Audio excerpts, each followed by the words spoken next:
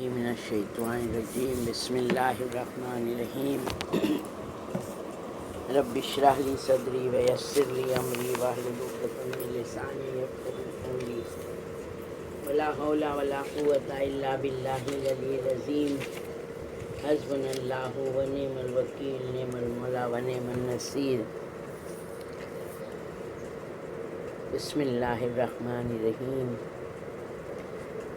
ذالک فضل اللہ یؤتیہ من یشاء واللہ ذو الفضل العظیم، یہ خدا کا فضل ہے جسے چاہے عطا کرے اور اللہ بڑے فضل کا مالک ہے۔ یقیناً اللہ جسے چاہتا ہے اسے عطا کرتا ہے۔ اللہ نے 1,24,000 انبیاء علیہ السلام انسانوں کی ہدایت کے لیے بھیجے، جس میں سے ہمارے نبی، آخری نبی، افضل المرسلین، خاتم النبیین حضرت محمد مصطفیٰ صلی اللہ علیہ وآلہ وسلم ہیں۔ اللہ نے سب سے پہلے ان کے نور کو خلق کیا، ان کے ساتھ ساتھ اور 13 نور خلق کیے، اور اس 14 نور کی محبت میں اس دنیا کو خلق کیا۔ اب چونکہ رسول اللہ آخری نبی تھے تو نبی کے بعد نبی کا جانشین ان کے جیسا ہی ہونا چاہیے۔ یعنی ہم دیکھیں کہ 1,01,00,000 انبیاء علیہ السلام کی نبوت اور آخری نبی کی نبوت میں کیا فرق ہے؟ ہر نبی اپنے زمانے کے، اپنے قبیلے میں، اپنے خاندان میں، یا لوگوں کا امام، یا زمین پر امام، اس طرح سے اللہ نے انبیاء علیہ السلام کو بھیجا۔ کوئی بہت سارے انبیاء بنی اسرائیل میں آئے، مگر چونکہ رسول اللہ کی نبوت، رسول اللہ کی رسالت، جس کا اللہ خالق ہے، جس کا اللہ رب ہے، وہ تمام مخلوق پر رسول اللہ کی رسالت ہے۔ تو بس جس طرح سے رسول اللہ کی رسالت اللہ کی ہر مخلوق پر ہے، اسی طرح سے اللہ کی ہر مخلوق کا امام ہوگا۔ ظاہر سی بات ہے کہ اللہ کی ہر مخلوق کے مسئلے ہیں، ہر مخلوق کو مسائل کو حل کرنا، تو وہ کون سی ہستی ہوگی کہ جو اللہ اور مخلوق کے درمیان میں ہے؟ تو رسول اللہ کی وفات کے بعد رسول اللہ نے اپنے جانشین یعنی 12 اماموں کی وضاحت کر دی تھی۔ رسول اللہ نے ان کے بعد جو 12 امام ہونے والے تھے، ان کے نام، ان کے صفات، ان کے القاب، ان کی کنیات، سب کچھ رسول اللہ نے بتا دی تھی۔ تو ظاہر سی بات ہے کہ امام اللہ بنا کر بھیجتا ہے، انبیاء اللہ نے بنا کے بھیجے۔ یہ ان کی صفات میں سب سے بڑی صفت ہوتی ہے کہ یہ معصوم ہوتے ہیں، یہ کبھی گناہ، برائی تصور میں بھی نہیں لاتے ہیں۔ تو ہمارے ہاں الحمدللہ اثنا عشری عقیدہ ہی وہ عقیدہ ہے کہ جو رسول اللہ نے بتا دیا کہ یہ قیامت تک کے لیے 12 ہی رہیں گے۔ الحمدللہ آج ہمارے 12ویں امام، اللہ کی آخری حجت اس دنیا میں باقی ہے، جس کی وجہ سے کائنات باقی ہے، ہمارے وقت کے امام، امام زمانہ اجل اللہ تعالیٰ فرجہ شریف۔ آج ہم ان کے دادا یعنی کہ ہم اپنے نویں امام، امام محمد تقی علیہ السلام کی ولادت کے بارے میں ہم نے کچھ تھوڑا سا جانا۔ اب یہ دیکھیں کہ جب ایک امام کی شہادت ہو جاتی ہے تو کس طرح سے لوگ شہادت کے بعد ان کے بعد والے امام کی امامت کو میں شک پیدا ہوتا تھا، تو کس طرح سے ہمارے امام ان شک کو دور کرتے تھے، کس طرح سے ان کے شکوک دور کر کے ان کو صحیح عقیدے پر لے کر آتے تھے، کہ جس طرح سے شاعر نے نوے امام کے لیے بتایا کہ بیاباں اور ہوتا ہے نشیمن اور ہوتا ہے، تقی سا پھول ہو جس میں وہ گلشن اور ہوتا ہے، امام وقت ہوتے ہیں یہاں 9 سال کے بچے، ابو طالب کی اولادوں کا بچپن اور ہوتا ہے۔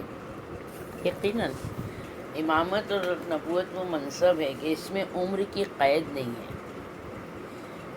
اسی طرح سے ہمارے 8ویں امام کے وقت میں ایک واقفی تھا، 7 اماموں کی امامت کا معتقد، مگر وہ 8ویں امام کی امامت کو نہیں مانتا تھا، تو اس نے امام کو ایک خط لکھا کہ آپ کیسے امام ہو سکتے ہیں جبکہ آپ بے ولد ہیں۔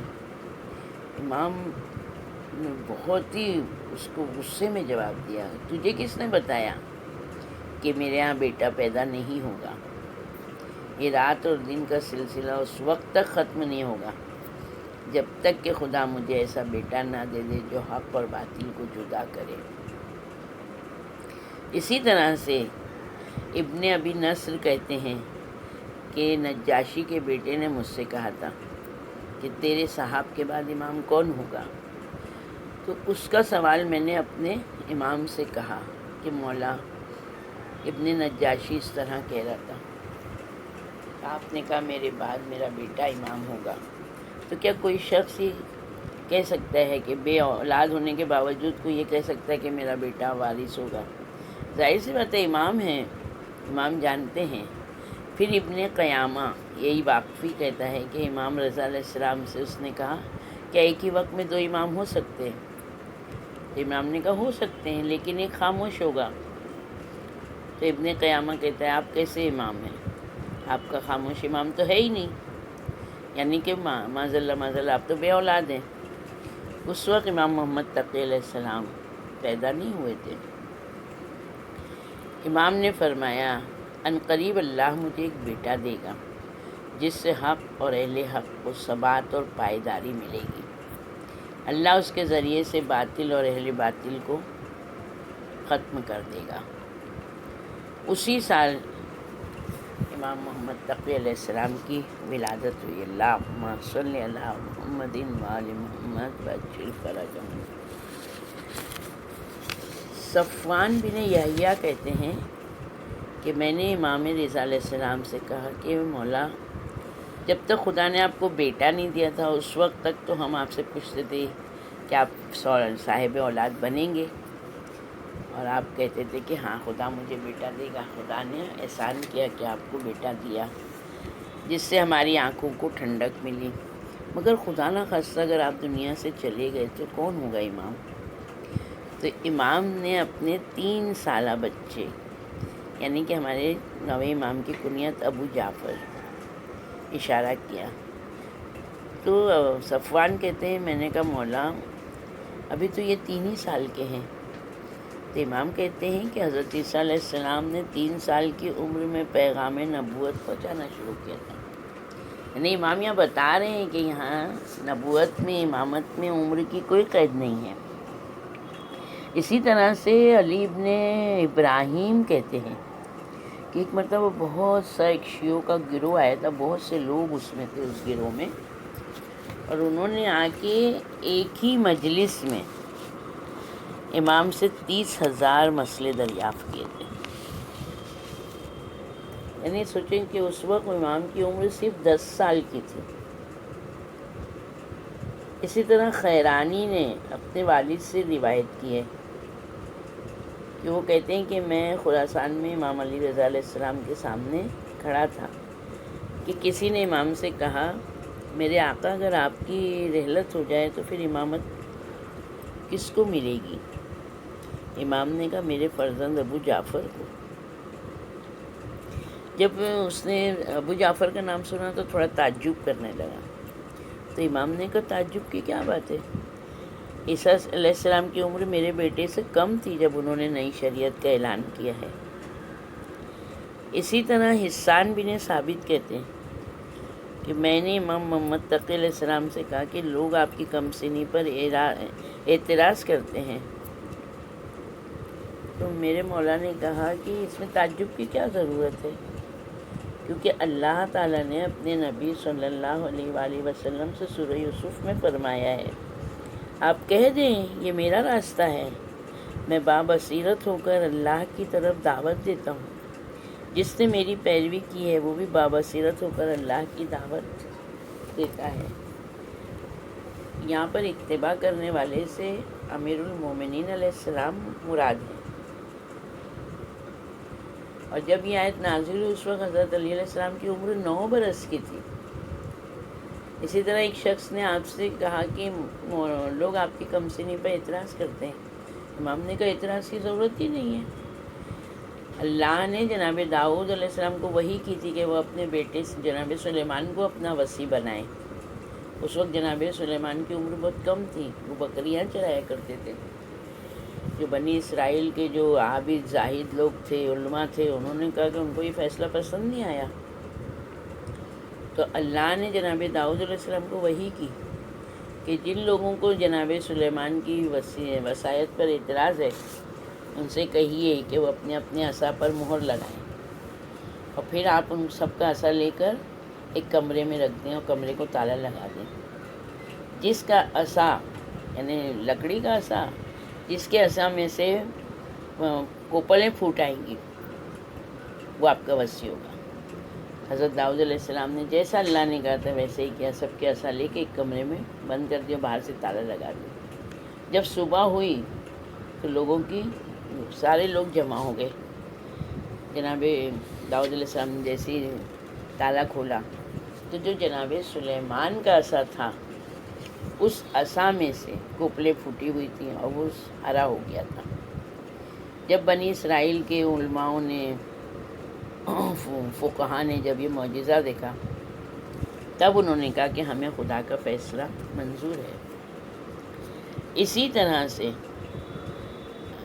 امام محمد تقی علیہ السلام ایک محفل میں تشریف لائے تو علی ابن اسبات کہتے ہیں کہ ان کی قد و قامت کو میں غور سے دیکھنے لگا تاکہ اپنے مصری بھائیوں کو ان کی عمر اور قد و قامت کے بارے میں بتاؤں گا. تو یہ کہتے ہیں کہ میں بہت دیکھنے میں منہمک تھا.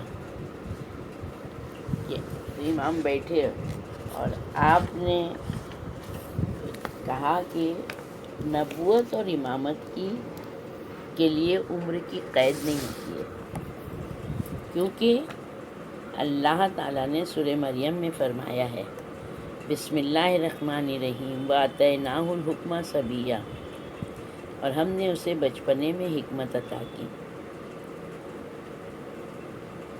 دوسری جگہ کہتا ہے حتی اذا بلغ اشدہ وبلغ 40 سنہ، یہاں تک کہ جب وہ اپنی بھرپور عمر کے حصے میں پہنچا اور 40 برس کا ہوا.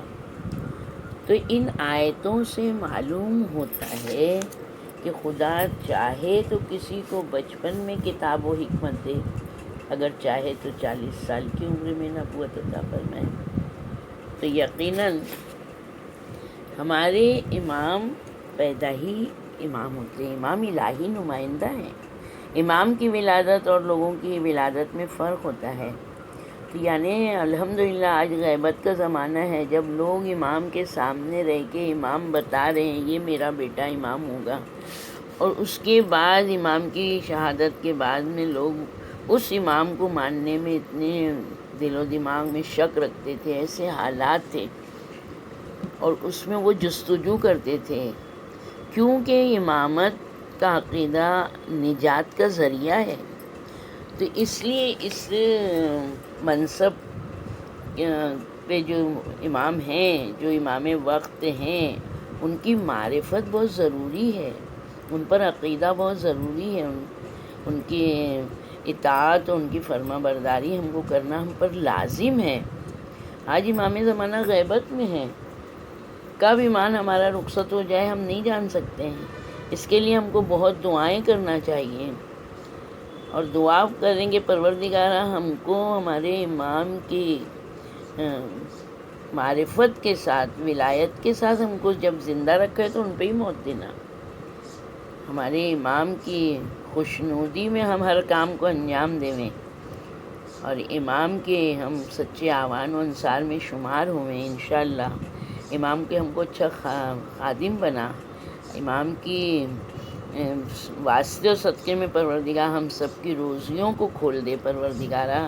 جو لوگ آج بہت ہی زیادہ پریشان حال ہیں، سب کی پریشانیوں کو دور کر دیں، ہمارے امام کے ظہور میں تعجیل فرما، ہمیں ان کے اعوان و انصار میں شمار فرما، پروردگار ہماری دعاؤں کو قبول کر لے۔